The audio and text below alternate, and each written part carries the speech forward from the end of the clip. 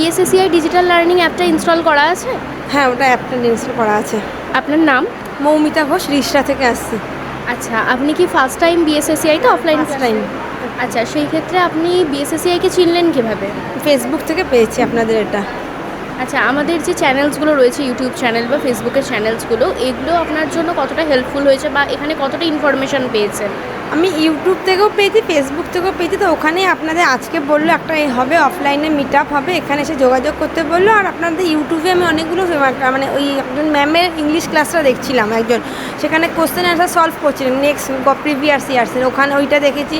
আরেকজন স্যারের দেখেছি, দেখে আমার বেশ ভালো লাগলো, গিয়ে তো দেখা করেছি। কিন্তু এখনও কিন্তু কোনো পেমেন্ট কিছু করিনি, নেক্সট করার ইচ্ছা আছে নেক্সট মান্থে আর কি। আচ্ছা, কোন ব্যাচে যুক্ত হওয়ার ইচ্ছা আছে? এখনও সেটা না ভাবিনি, মানে অবভিয়াসলি তো পেড ব্যাচই করবো। আর লাইভ করতে পারবো কিনা জানি না, কারণ আমি না হাউস লাইফ, আমি রেকর্ডগুলোই পরে দেখার চেষ্টা আছে এটাই।